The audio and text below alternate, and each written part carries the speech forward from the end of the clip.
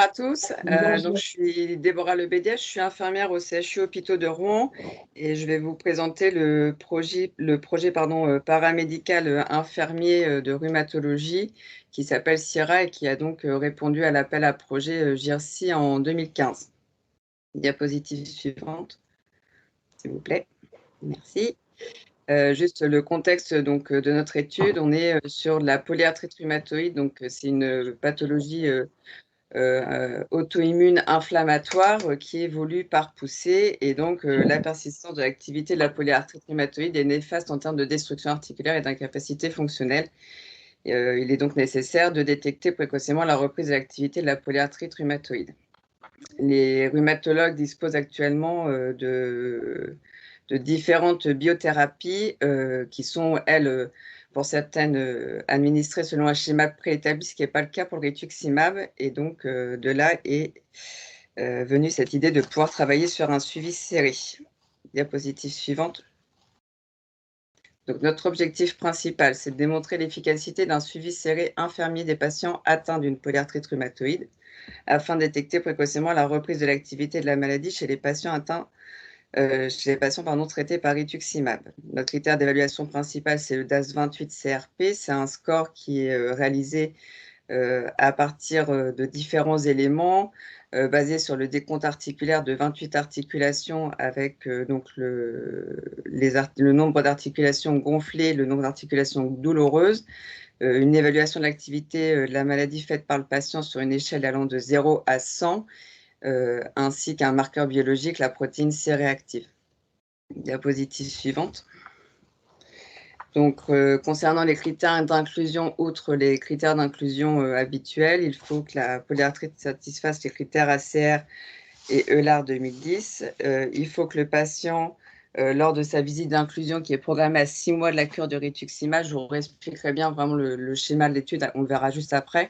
Il faut qu'on ait un DAS28-CRP qui soit inférieur à 2,7, ce qui est donc une valeur qui nous permet de montrer que le traitement par rituximab est efficace. Le patient doit avoir eu une instauration de traitement, donc une première cure de rituximab avec un DAS28 supérieur à 2,7. Et puis au niveau des critères d'exclusion, donc à la balance inverse de ce qui a été montré sur les critères d'inclusion, le patient qui est non répondeur au traitement par rituximab et donc qui aurait un DAS28 supérieur à 2,7 à la visite à 6 mois ne pourrait pas prétendre participer à l'étude. De même pour un patient qui aurait une pathologie intercurrente qui pourrait modifier l'appréciation de la polyarthrite rhumatoïde. Diapositive suivante. Donc voilà, là c'est le schéma de l'étude, donc je vais entrer dans le détail. Donc c'est une étude prospective randomisée, donc bicentrique, puisqu'elle est réalisée à la fois sur le CHU de Caen et sur le CHU de Rouen. On est à la fois en ouvert et en aveugle sur les modalités de retraitement par rituximab. Donc en ouvert, puisque au moment où le patient est randomisé et qui donc l'attribution aléatoire de l'un des deux bras, l'infirmière est avisée in fine. Je vous expliquerai pourquoi le patient de l'attribution qui a été faite. Et puis on est en aveugle puisqu'au moment de l'évaluation finale, au moment de la dernière visite dans l'étude, c'est un rhumatologue indépendant de l'étude qui réalise l'examen clinique et donc lui ne sait pas dans quel bras le patient a été tiré au sort au moment de la randomisation. Donc pour reprendre, le patient il a eu une première cure de rituximab dans le cadre d'une polyarthrite rhumatoïde active en hôpital de jour. Donc la cure de rituximab, c'est 2 perfusions à 15 jours d'intervalle.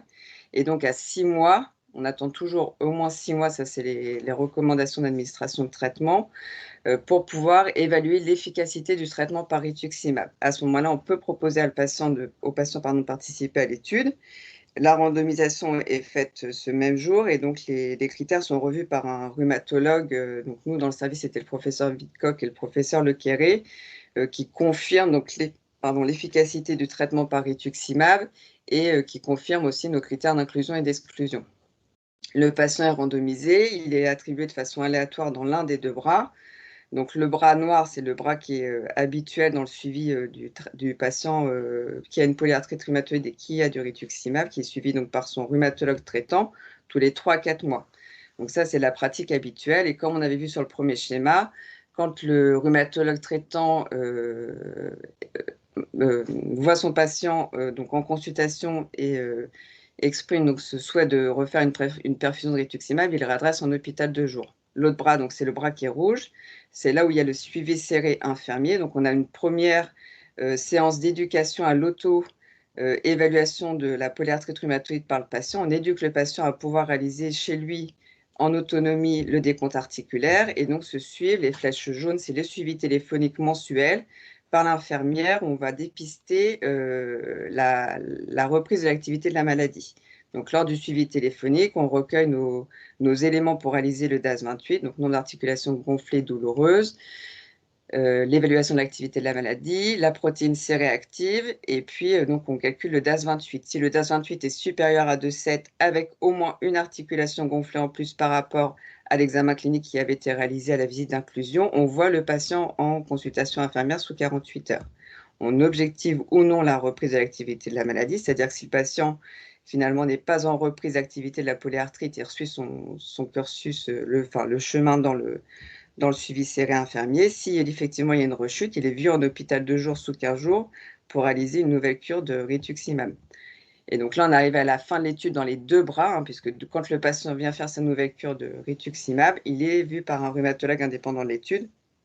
Et donc, c'est également à ce moment-là l'occasion de pouvoir vous expliciter, je vais juste reparler des critères d'évaluation secondaire, puisque là, on voit retraitement en hôpital de jour, DAS28. Donc, on a compris, HAQ-SF36, c'est nos questionnaires de qualité de vie, et donc les doses de corticoïdes corticoïdes et anti-inflammatoires entre nos deux cures. Diapo suivante. J'ai plus beaucoup de temps. Voilà, donc la durée de la période d'inclusion initiale, on était sur 24 mois avec une mise en place de l'étude en juin 2016. Première inclusion en mai 2017. On a demandé un premier amendement pour prolonger la période d'inclusion de 18 mois en avril 2019. Et puis, comme beaucoup d'équipes, on a été impacté par la pandémie Covid. Donc, on a demandé une prolongation de la période d'inclusion pour 6 mois en octobre 2020. On arrive à la fin de la période d'inclusion le mois prochain. Et donc, le patient, il a un suivi dans l'étude maximale de 24 mois. Donc, si jamais le patient n'est pas en rechute sous ces 24 mois de suivi dans l'étude, on réalise de toute façon une visite finale en consultation. Donc, comme je l'avais précisé précédemment, c'est une étude qui est menée sur 2 centres, le CHU de Rouen dans le service du professeur Vidcock et le CHU de Caen, c'est le service du professeur Marcely. On doit inclure 60 patients et donc on a déjà réalisé une première publication, un article original dans une revue scientifique.